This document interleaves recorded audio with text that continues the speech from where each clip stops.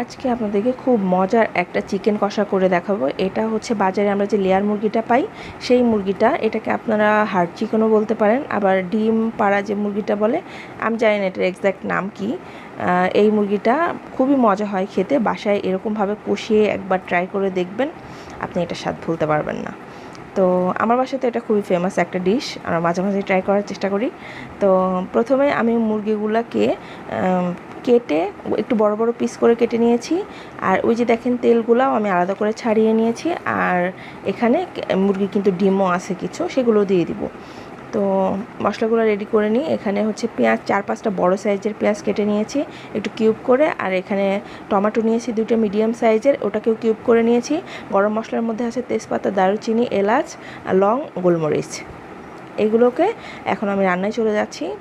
একটা প্যান গরম করে এখানে বেশি না 2 টেবিল চামচের মতো তেল দিয়েছি। একটু তেল কম দিয়েছি, সয়াবিন তেল। আর এখন কিন্তু আমি যে ইগুলা ছিল, পেঁয়াজগুলা ছিল, ওইগুলা কেটে রাখা পেঁয়াজ আর টমেটো দিয়ে দিচ্ছি। দিয়ে একটু ভাজা হয়ে গেলে এখানে যে তেলটা ছিল না, ওই তেলটা দিয়ে দিচ্ছি। এই তেলটা কিন্তু এই মশলার সাথে ভাজতে ভাজতে অনেকটা ছেড়ে দিবে এবং গলে যাবে, তখন কিন্তু আর এক্সট্রা তেলের দরকার হবে না। এই কারণে আমি প্রথমে তেলটা একটু কম দিয়েছি। তো এই যে দেখেন বেশ খানিকটা তেল কিন্তু বের হয়ে গেছে। এই তেলে কিন্তু মাংসটা কষানো হবে।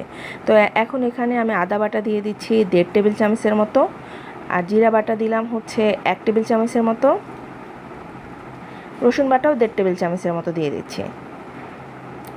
কষানো, যেহেতু এটা কষা মাংস হবে, ভুনা না, তো এই কারণে আমি মশলার পরিমাণটা একটু কম দিয়েছি। একটু ভাজা ভাজা হয়ে গেলে এখানে আমি স্পেশাল একটা মাংসের মশলা দিয়ে দিচ্ছি, যেটা বাটা মশলাও বলতে পারেন। সব গরম মশলাগুলো একত্রে বেটে রাখা আছে।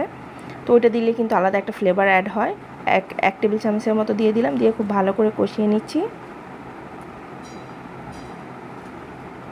কষানো হয়ে গেলে এখানে হলুদ দিয়ে দিব 1.5 চা চামচের মতো।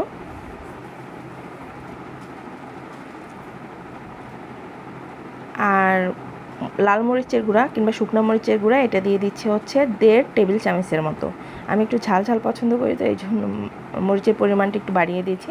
আপনারা আপনাদের পছন্দ মতো দিবেন। তো পানি দিয়ে একটু কষিয়ে নিলাম। এখন দিয়ে দিচ্ছি হচ্ছে ধনিয়ার গুঁড়া 1 চা চামচের মতো। আর লবণ স্বাদ অনুযায়ী দিয়ে খুব ভালো করে আমি কষিয়ে এখন মাংসগুলোকে দিয়ে দিচ্ছি। দিয়ে খুব ভালো করে মশলার সাথে মিক্স করে নিব।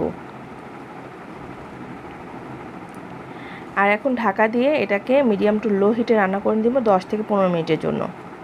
তো এখন কিন্তু পানিটা ছাড়তে শুরু করেছে। আমি এটাকে আবারও ঢাকা দিয়ে একদম লো হিটে রান্না করে নিব প্রায় 30 মিনিটের মতো।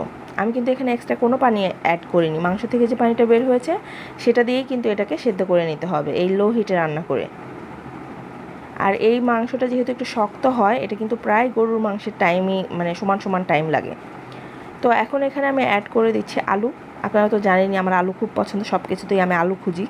তো আমার জন্য কয়েকটা অ্যাড করে দিলাম। দিয়ে একটু নাড়াচাড়া করে এটাকে ঢাকা দিয়ে আমি আরও 20 মিনিটের জন্য রান্না করে নেব। আর চুলার আঁচটা অবশ্যই মিডিয়াম টু লোতে থাকবে। তো 20 মিনিট পরে ফিরে আসলাম। দেখেন ঝোল কিন্তু এখনও আছে, এটা আরও কিছুক্ষণ টানাতে হবে। এখন এই পর্যায়ে আমি 2টা মরিচ মাঝখান থেকে কেটে দিয়ে দিলাম, কাঁচামরিচ।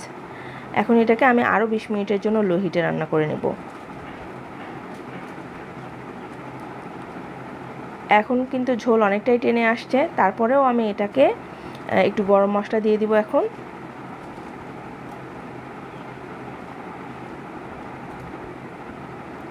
তো ভরে ভরে 1 চা চামচ গরম মশলা দিয়ে দিলাম, গরম মশলার গুঁড়া দিয়ে এটাকে মিশিয়ে আমি লো হিটে এটাকে নাড়াচাড়া করে আরও কষিয়ে নিব প্রায় 15 মিনিটের মতো।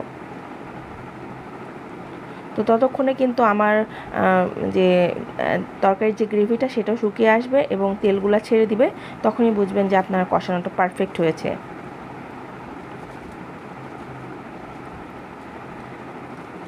তো আমার কষানো কিন্তু শেষ। এখন কিন্তু জাস্ট এনজয় করার পালা। দেখেন কোনো ধরনের কোনো ঝোল নেই, আর তেলগুলোও ছেড়ে দিয়েছে। এখন শুধু এনজয় করার পালা।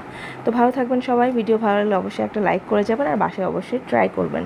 আমাকে একটু সাপোর্ট করবেন, আমার পেজটিকে ফলো করে রাখবেন নতুন নতুন ভিডিওর জন্য, রেসিপির জন্য। আর আমার চ্যানেলটিকে সাবস্ক্রাইব করে পাশেই থাকবেন।